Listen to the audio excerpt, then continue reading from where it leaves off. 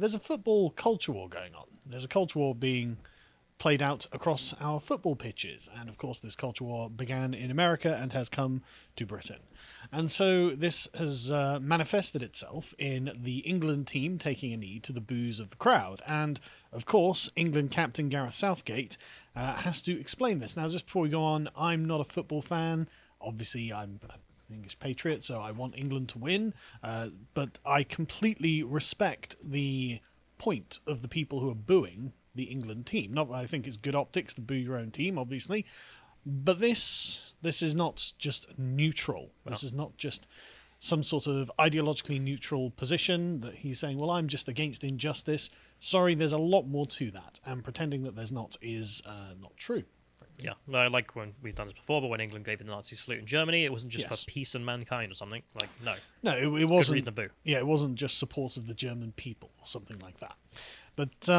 But Gareth Southgate, of course, had to come out and address this. And so initially, he gave just some interviews explaining, saying, well, look, right, we've spoken about it. We're more determined than ever to ignore any boos and carry on with our kneeling, even though people, of course, had enough of this and were booing, and they were just like, well, we're just going to live through it. The first thing is that we're collectively very disappointed that it happened. I think that you have to put yourself in the shoes of a young England player about to represent his country. We're all trying to move towards equality and support our teammates because of some experiences they've been through in their lives, but people decided to boo. I think those people should put themselves in the shoes of the young players. If that was their children, if they're old enough to have children, how would they feel about their kids being in the situation? Well, I would tell my son, suck it up, because he's being paid handsomely to be part of the England team, and if some assholes in the crowd are going to boo, you can just deal with it. Or also, stop being a communist. Yeah, or stop kneeling for communists would be actually my advice. But the thing I think is important there is to notice what he's focusing on. We're all trying to move towards equality. Equality. England team players. Equality. Not very equal, right? Because he followed this up with a public and open letter called Dear England, where he tries to explain his perspective on what's going on. Now, I just want to give him credit for doing this. He probably didn't have to do this. That's the thing. There probably wouldn't have been much in the way of actual backlash, at least from the institutions, if he'd just been like, look, we support Black Lives Matter. We've got the rainbow armbands. We're going to do this, and screw you. But instead, he talks us through his reasoning, and I find it very, very interesting, especially some parts, like this one. For me, personally, my sense of identity and values is very closely tied to my family, and particularly my granddad. He was a fierce patriot and a proud military man who served during World War II. The idea of representing Queen and country has always been important to me. We do pageantry so well in Britain, and growing up, things like the Queen's Silver Jubilee and royal weddings had an impact on me. So he's a patriot, and that's good. You know, I honestly very much in that sort of perspective. My dad was in the military, and so I happen to be a patriot and a proud son of a military family, right? And so I can understand that. That resonates with me. But then he says this: only around 1,200 players have represented England at the senior men's level ever. It's a profound privilege. Right. Let's go back to your talk about equality, Gareth. Right? What you're talking about is literally a tiny select group of people, 1,200 people, who are demonstrably unequal. The reason that they have their position is due to their inequality. It is due to their superiority at the game. That's the point of it. That's how they got there. That's why everyone's cheering for them. That's why you're representing the country. If you want equality, you're going to have people like me on that pitch kicking around that ball, and we probably won't beat the Germans if that's the case, because I'm terrible at football, right? So don't sit there talking about equality for the privileged group of footballers that you are lauding, right? These are the problems with your ideology, the way you're putting this across. He says it's a profound privilege. Yes, it is a profound privilege. So why are we sat there going, oh, but think of these privileged elites who are representing this country. Think how they feel about this. It's like, okay, but how about you think about all of the millions of people who have got to watch you participating in a Marxist ritual? As you claim to be representing them and the country, you have adopted a foreign ideology and a foreign set of mannerisms to express a foreign point of view over I guess we'll just call a crime, since Chauvin was convicted, that happened in a foreign country. And you sat there going, right, this represents England. Why? Because people on Twitter are racist to some of his players. It's maddening. It's absolutely maddening, right? So we'll carry on. He says, it's a profound privilege. Don't forget, many of our lads started out at Football League clubs like Barnsley and Sheffield United. Their backgrounds are humble. Yeah, okay. For them to make it to this point as one of the chosen few in England's history, well, it simply doesn't happen without pride. Okay, fine. But pride has become something of a dog whistle these days, hasn't it? Right? This is a special group. Humble, proud, and liberated in being their true selves. Oh, thank God that the most privileged people in football are humble, proud, and liberated. I was so worried that the people at the very top of the pyramid of football would be oppressed somehow with their millions of pounds in wages and international fame as they go to well-earned victories, no doubt. Like you can't project the elite of the elite in British football as being oppressed. It's just not the case, and everyone knows that's not the case. Like, it's tremendous social prestige being on the England team, which is he's appealing to. And he's like, yes, well, I mean, they're humble, proud, and liberated. But at least, didn't you know, some of them are not white. Yeah. Therefore, they're oppressed. Exactly, right? And he seems to misunderstand the responsibility that comes with such privilege, right? The responsibility primarily is to the people who are booing you. The reason they're booing you is because you're abdicating this responsibility to them. They are the England football team. They are the England football fans. And you are genuflecting to something foreign, to something else, to something other, to something that has a particular agenda for this country, in fact, which we will get to. Anyway, so he continues to say, I have a responsibility to the wider community to use my voice, and so do the players. Okay, then why is it for a foreign cause? Why have you picked a foreign cause? And he says, well, he says, I have a responsibility here. A responsibility arises from where? Like, this foreign group have nothing to do with the sport, have decided you have a responsibility to promote their politics. Because his voice has weight and he wants to do something good. And it's like, sure. So it's not a responsibility that arises, it is pressure to support a political group. Yes, it is. It's their duty to continue to interact with the public on matters such as equality, inclusivity, and racial injustice. That's hilarious. The most unequal people in the country, in the most exclusive institution that we probably have in the country. He's like, only 1,200 people have ever done this. Except maybe the monarchy? Yeah, exactly. Yeah, beside the monarchy, what is more exclusive than that?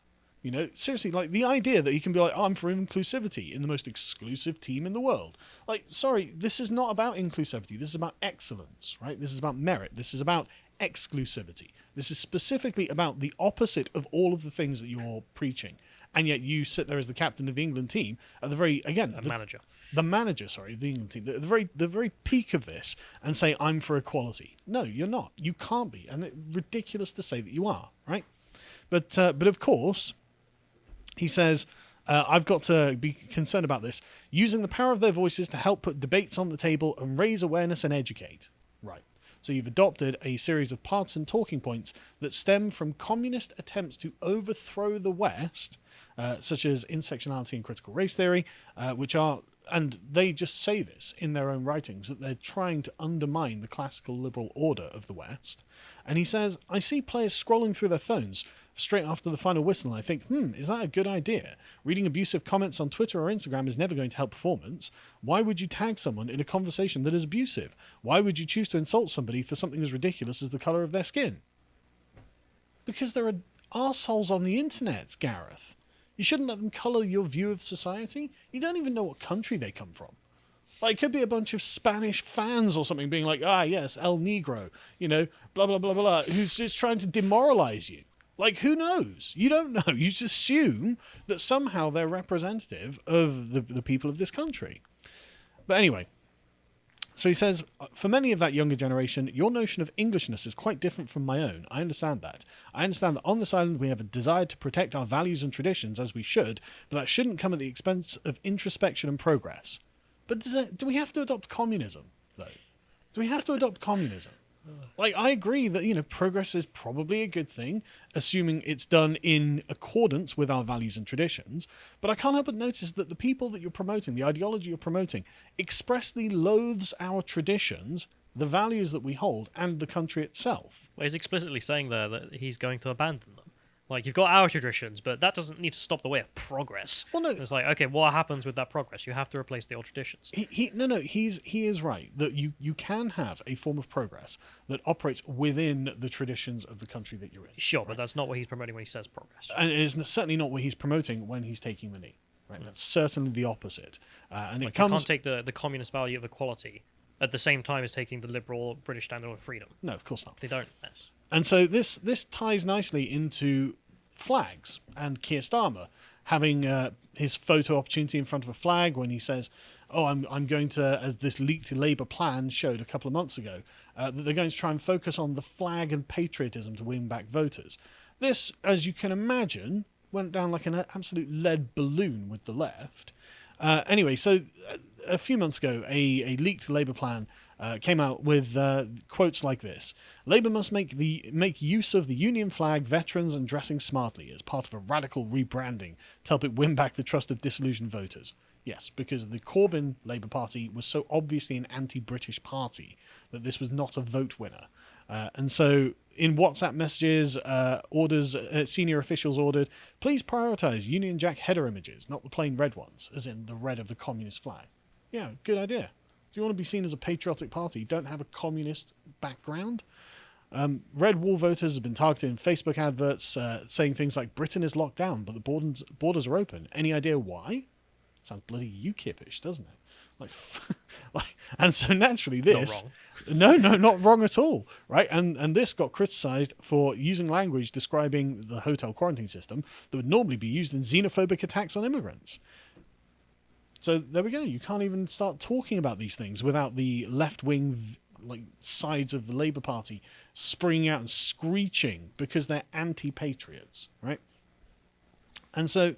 the strategy accepts that Labour have excluded and ignored once core voters, which the presentation appears to blame on Jeremy Corbyn's leadership, which is correct. Which under the party... What's it going to be blamed on? Like Ed Miliband? Yeah, exactly. It's not Tony... Well, maybe. Under which the party is described as a party of protest, expressing unpatriotic sentiments with arrogance and idealism. I mean, accurate. That's an accurate description, right? And so you have left-wing Labour MPs, very left-wing, like the Labour left, people like Clive Lewis, saying the Tory party has absorbed UKIP and now Labour appears to be absorbing the language and symbols of the Tory party. What, by adopting the British flag? What country are you expecting to rule? It's maddening, right? But they're not singing the International, are they? And, putting up placards to the Paris Commune. So no, now they're the Tory party, right? Damn, we have to be British? Exactly. Well, that's literally his point, right? He says it's not patriotism, it's fatherlandism. I mean, that's no one in Britain uses the term fatherland. No. That's a very German phrase in our view. There's a better way to build social cohesion than moving down the track of the nativist right. Right. So if you're nativist, as in you're patriotic for the native people of Britain, you're the problem. He wants to be patriotic for something else. Yeah, communism. Yeah. As exactly as Orwell's Notes on Nationalism points out, communism is something that generates a form of nationalism because nationalism, in Orwell's view, and I think he's right about this, is the striving for power for an abstract goal. So a movement, a nation, whatever it is, it's something above and beyond patriotism. It's a struggle for power. Anyway, so this all matters because recently Owen Jones posted a picture of himself at a pub with Ash Sarkar and a bunch of other communists with an England flag in the background. Why is there an England flag in the background? Well, of course, they were out celebrating the football because you know that Owen Jones and Ash Sarkar watch a lot of football on their days off. But this was obviously characterised alongside a tweet he had made criticising Keir Starmer about adopting the British flag as symbolism and patriotism as the view. He says, as someone has kindly posted on the picture of it, one of the many problems with this strategy here is it comes across as patronising and totally inauthentic, like people who don't understand the communities they're trying to win over going, "Oh, they like flags, don't they? Let's whack them in the background." He's not wrong. It is gross and inauthentic when a bunch of leftists sit there with your flag and claim that they care about the people and the values that it supposedly embodies. They don't. And everyone knows they don't. Everyone knows that they would much rather be there with a Soviet flag or a Chinese flag or some sort of communist paraphernalia. Which is why it looks like cringe. The cringe arises from that dichotomy. Yes, it rises from exactly that. The inauthenticity, as Owen has rightly pointed out, is manifest and bare for everyone to see. And so, unsurprisingly, he got criticism from the left. And rightfully so. Really? Yeah, no, but rightfully so. So socialistworker.co.uk, obviously you can see It's a communist newspaper. They post this, and you can't fault them from their own ideology. At least they're being consistent, right? Remember when the left was against nationalism and flags? Yeah, until it became really popular. Until the England team were doing really well. Until it was becoming desperately obvious that you had to be like, pro-England in the football, or you looked like some sort of weirdo outsider. Like the communists aren't weirdo outsiders. But anyway, they say it wasn't that long ago when Labour leader Keir Starmer started delivering speeches in front of giant Union Jacks that most of the left got rightly annoyed and took the piss. A few successful England football games later, that's all forgotten. That's right. They're total grifters. I completely agree with the socialist workers here. Like, they should be... They're absolutely on point. And Owen Jones is being, essentially, a chameleon. Starmer poses in a budget England t-shirt for one photo shoot in an upmarket pub. Another pub, soft left writer Owen Jones takes a picture in front of a giant St George's cross. That's the same Owen Jones who complained about Starmer's inauthentic flag waving just 1 month ago. Still, as he pointed out, it was the pub that put the flag up, not him. He just happened to take a selfie in front of it.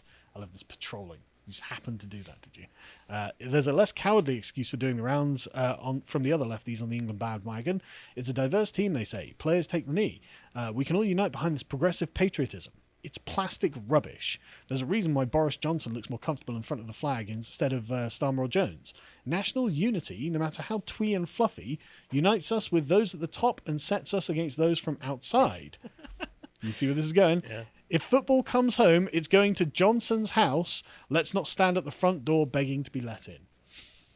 We can't have national unity because then we can't hate the people at the top. And that's truly the leftist position. And so Owen Jones praising a bunch of millionaire footballers in their ultra-exclusive club where they just virtue signal towards inclusivity and equality is they are right to call it out as being the grift that it is. I do love the admission from the socialists there as well. The whole thing is anti-leftist. Like, you cannot support the flag and be a leftist. So says the socialists. There can be no left-wing national unity. You don't want to be united with those at the top and set against those from the outside, according to the left. Right? And so Owen Jones replies to this by obviously not engaging with it. Good to see the Socialist Workers' Party holding me to account for checks notes, taking a selfie while watching a football match in a pub covered in England flags. Well, Owen, isn't it massively hypocritical for you to suddenly be like English patriotism? I mean, it just really looks really hypocritical to me, especially as you obviously don't believe in these values anyway. And so, anyway, moving on. Former Republican advisor Frank Luntz has been praising Gareth Southgate, not necessarily for the things that he's saying, but at least the way he's saying it. Because, and in Gareth Southgate's defence, he didn't have to come out and explain why. You know, the fact that he gave his explanation, as incoherent and contradictory as it is, and honestly, as much as I disapprove of what he was saying, at least he gave the explanation. So that's good. But anyway, Franklin says, he defines leadership. If a politician comes to me and says, what should I say? I tell them, be more like Gareth Southgate. He endorsed a common approach that people appreciated. That's the definition of unity. Well, I'm not sure if this has been uniting. I mean, it's kind of weird when your fans boo the team before the team even plays the game. So I'm not sure if that's actually as uniting as he thinks. But he called an article by the Dear England article one of the best editorials I've ever read, and saying at least people could see the actions were done sincerely and not for performative reasons. And that's fair. You know, I'm not saying Gareth Southgate doesn't believe what he's saying. I'm saying he needs to think harder about what he's saying. He wanted to speak in favour of something and not against it, and that's a great way to bring people together. Something politicians don't understand, what you were for, not what you were against. Sure, but I feel that Frank Luntz isn't really thinking about what Gareth Southgate is speaking in favour of, because he is actually not himself in favour of wokeness, and he thinks that wokeness, in the same vein as Macron, is tearing apart the West, it's tearing apart America. It's like, okay, so the methods by which Gareth Southgate has put across his message is good, and politicians should favour it, but probably not the actual message itself. So let's play this clip, and this proves my point. This represents a commitment to unity, a commitment between England, Scotland, Wales, and Northern Ireland. It represents what is great about this country. And I'm nervous that there are people who are trying to tear it down. I'm nervous about woke. I'm nervous about cancel culture. And I raise this because in the end, it doesn't have to come here. The fact is, you have a way to prevent it. And it's simply by the politician refusing to engage in this kind of politics, refusing to try to upset and destroy an economy that's been really good for most people, not everybody, and a political system that hasn't had the ugliness that America's had. Now, you had Brexit, and you were the entertainment for the rest of the world for a couple of years. Of course, we supplanted that with Donald Trump. I don't want you to have that kind of populism, because it is like a virus. And unlike COVID, there is no vaccine. If you get woke and you get cancel culture and you get that kind of division, I don't know how you get rid of it. I'm against wokeness and cancel culture too, which is why I'm condemning Gareth Southgate taking the knee. Why aren't you condemning it? Why are you instead praising him? I don't know why he combines like Donald Trump and wokeness. It's like those things are diametrically opposed. Well, Trump, you could say, is a reaction to wokeness. I think that'd be a fair. But that's the point, where it's like, oh, you don't want the wokeness, therefore you don't want Donald Trump. It's like, no, he's a reaction to it to fight back against it. Because we have wokeness, we actually need a Donald Trump. Yeah. And this is one of the great disappointments about Boris Johnson, is that he's not Donald Trump, and he's not strong enough to stand up to these people. But anyway, so the point he's making is that wokeness is bad, and it's bad when it's taking over your country and is going to drive everything apart. It's going to split everything up. As you can see, if you can get the England fans booing their own football team, you can see the power of wokeness to divide. You know, this couldn't be more divisive. How else could you get England fans to boo England's football team? They probably don't even boo when they lose.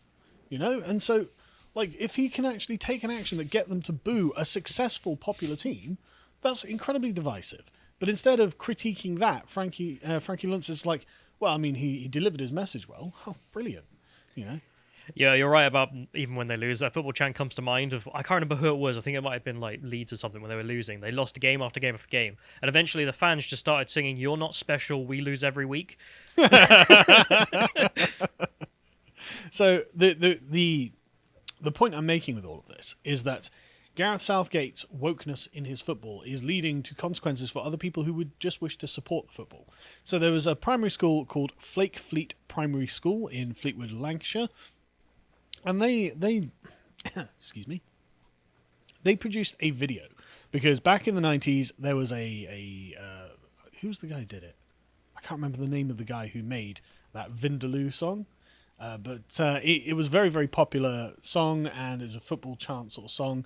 And so they did a video with a bunch of kids with their faces painted in the England flag, all just running around singing this song in, you know, a choreographed sort of TikTok style video. And it, you know, it's just wholesome fun. It was just something that was quite nice that they were all doing.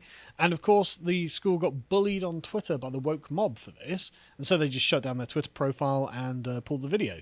And because it was being called mindless hooliganism. When it was just so obviously not. It was just so obviously some kids doing some fun, creative thing at school. Do they think the kids were burning anything down? Well, exactly. Were they fighting with the police? But this is the point. Like, saying, oh, well, you know, like, wokeism is dangerous and divisive. So, yeah, then don't support it. But this is how this is being played out across the football pitches of the United Kingdom now. And unfortunately, it doesn't. Like he said, I don't know what to do to get rid of it. You just got to not engage with it. It's like, well, sure, but you are... It's not really an argument. But yeah, exactly. And like, don't fight the battle. You mean let it win. Well, it's not even that. It's the battle is going on. You know, it's way too late to say, well, you shouldn't fight this battle. Sorry, we're in the middle of it. You know, we're currently engaging with the enemy, and they're currently winning victory after victory. And you're like, hey, they're winning victories in a really impressive manner. It's like, dude, that's not good. If you enjoyed this segment from the podcast of the Lotus Eaters, you can watch the full broadcast live every weekday at 1 p.m. UK time on lotuseaters.com.